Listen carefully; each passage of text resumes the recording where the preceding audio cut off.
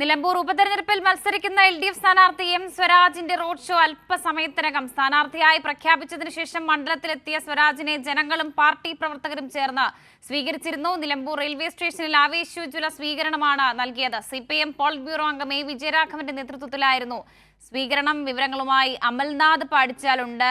അമൽ, party ചിഹ്നത്തിൽ മത്സരിക്കുന്ന M Swaraj നേരത്തെയൊക്കെ നമ്മൾ കണ്ടതാണ്. ആവേശോജ്വല സ്വീകരണമാണ് M സ്വരാജിന് നിലമ്പൂർ ഒരുക്കിയത്. ഇനി ഉപതെരഞ്ഞെടുപ്പിലേക്ക് കടക്കുമ്പോൾ നിലമ്പൂർ പറയുന്ന ഇടത് രാഷ്ട്രീയം എന്ത് എന്നുള്ളതൊക്കെ ഏറ്റവും പ്രധാനപ്പെട്ട കാര്യമാണ്. എങ്ങനെയുണ്ട് നിലവിൽ അവിടെ ആവേശം?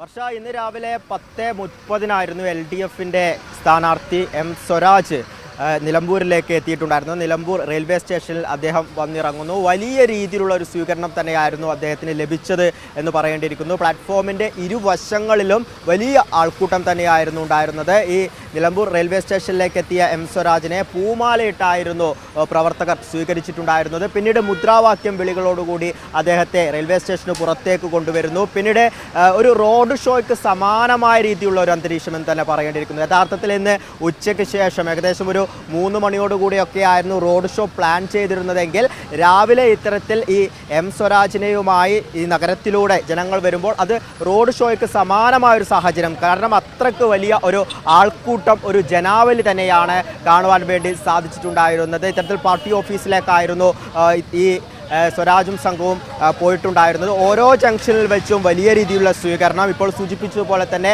പൂമാലയിട്ടും ഒപ്പം തന്നെ പൂച്ചെണ്ട് നൽകിയുമായിരുന്നു അദ്ദേഹത്തെ സ്വീകരിച്ചത്.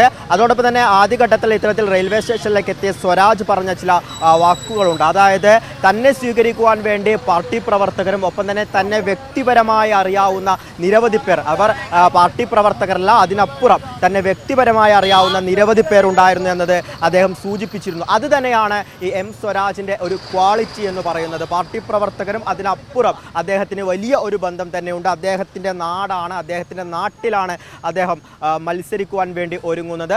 അത്തരത്തിലുള്ള ആ ഒരു ബന്ധം ഈ തെരഞ്ഞെടുപ്പിൽ വലിയ രീതിയിൽ അത് ഗുണം ചെയ്യും എന്ന് തന്നെയാണ് നിലവിൽ മനസ്സിലാക്കുന്നത്. അതോടൊപ്പം തന്നെ തങ്ങളുടെ സ്ഥാനാർത്ഥിയെ നെഞ്ചോടേറ്റിയായിരുന്നു ജനങ്ങൾ ഈ നഗരത്തിലൂടെ പ്രദർശനം നടത്തിയിട്ടുണ്ടായിരുന്നത്. അതായത് കണ്ണേ കരളെ സ്വരാജ് എന്ന് വിളിച്ചുകൊണ്ടായിരുന്നു ഓരോ പ്രവർത്തകരും അത്തരത്തിലുള്ള മുദ്രാവാക്യങ്ങൾ വിളിച്ചുകൊണ്ടായിരുന്നു ഈ ഒരു പ്രകടനത്തിൻ്റെ ഭാഗമായിട്ടുണ്ടായിരുന്നു. എന്തു തന്നെയായാലും ഈ റോഡ് ഷോ ഇന്ന് ഏകദേശം ഒരു 3-3:30 ആരംഭിക്കുമെന്നാണ് നിലവിൽ മനസ്സിലാക്കുന്നത്. അതിൻ്റെ ഒരുക്കങ്ങളൊക്കെ തന്നെയും നിലവിൽ ഇവിടെ നടന്നുകൊണ്ടിരിക്കുകയാണ്. അതിനുള്ള വാഹനങ്ങൾ നിലവിൽ ഇവിടെ എത്തിയിട്ടുണ്ട്. ഒപ്പം തന്നെ പ്രവർത്തകരൊക്കെ തന്നെയും എത്തിച്ചേർന്നുകൊണ്ടിരിക്കുകയാണ്. വിവിധ ഇടങ്ങളിൽ വെച്ചാണ് ഇത്തരത്തിൽ ഈ റോഡ് ഷോയുടെ ഭാഗമായി വിവിധ കേന്ദ്രങ്ങളിലൂടെയാണ് കടന്നു പോകുന്നത്. ഏറ്റവും ആദ്യം കോടതിപ്പടിയിൽ നിന്നുമാണ് റോഡ് ഷോ ആരംഭിക്കുക. പിന്നീട് പൂക്കോട്ടുപാടം, ഒപ്പം തന്നെ കരുളായി, മുത്തേടം, വഴിക്കടവ്, മരുത, പോത്തുങ്കൽ, ചുങ്കത്തറ, എടക്കരയിൽ വെച്ചാണ് സമാപനമുണ്ടാവുക. അങ്ങനെ